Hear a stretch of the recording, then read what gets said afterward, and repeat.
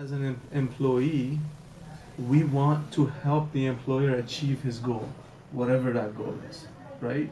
So if you're brought in as a graphic designer, a web developer, for example, to work on this project, right? And I'm the project manager. I'm given a deadline.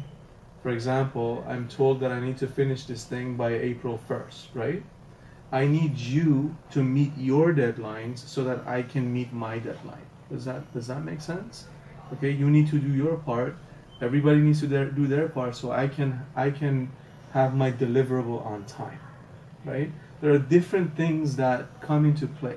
The one I want to focus on today is time.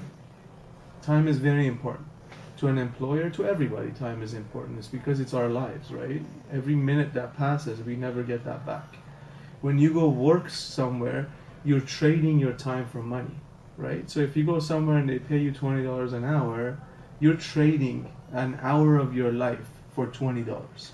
On the flip side, the employer is paying you $20 for that hour to show up and get him closer to his goal, just like what we said, right?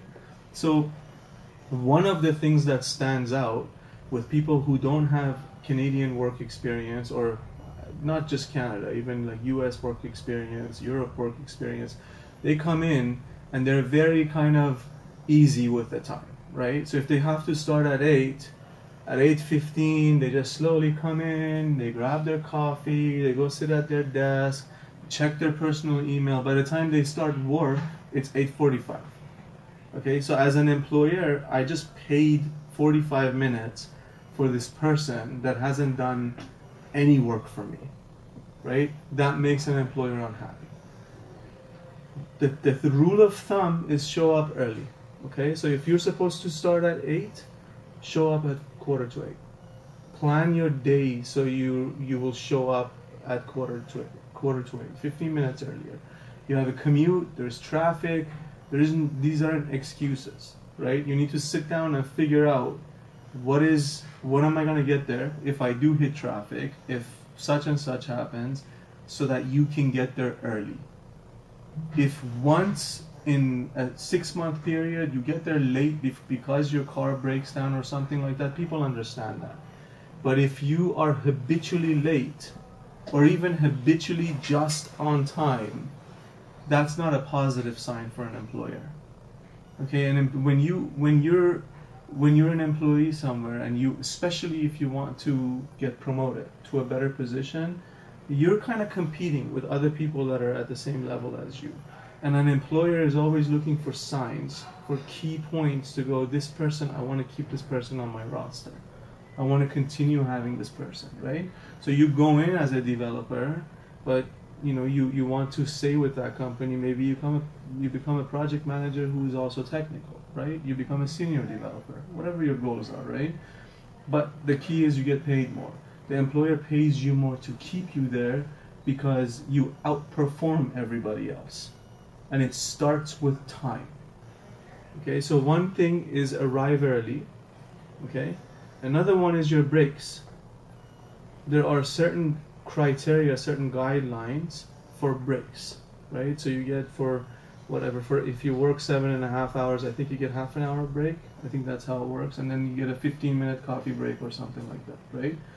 Make sure you come back from your break on time. A lot of employers don't really care. If you're out for 45 minutes, they don't pay you for 15 minutes that you showed up late. But some people do. Some employers really need you to show up on time. With the type of jobs that you guys will go into, most of you won't be clocking in and clocking out, right? There isn't like a time clock that you're going to go clock in and clock out for most of your jobs, right? Some people aren't like that. Some people have biometric clocks. You got to go there and check in and check out, right? So when they run reports, they see if you were late or early or whatever. But with most of the jobs you guys will be going into, that's not the case. But trust me, people are watching you. Especially during your first 90 days when you arrive somewhere, those 90 days are conditional. Okay, that means the employer doesn't even have to technically write you up. They can just get rid of you. They can say, do not come back here tomorrow. and they're not under any obligation whatsoever by the Canadian government.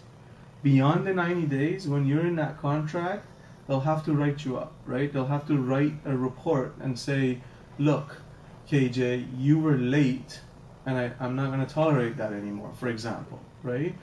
So you have notice, you know that this person is expecting you to do such and such, right?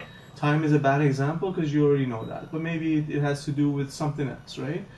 But they're obligated to do that by law. In that first 90 days, there are no obligations.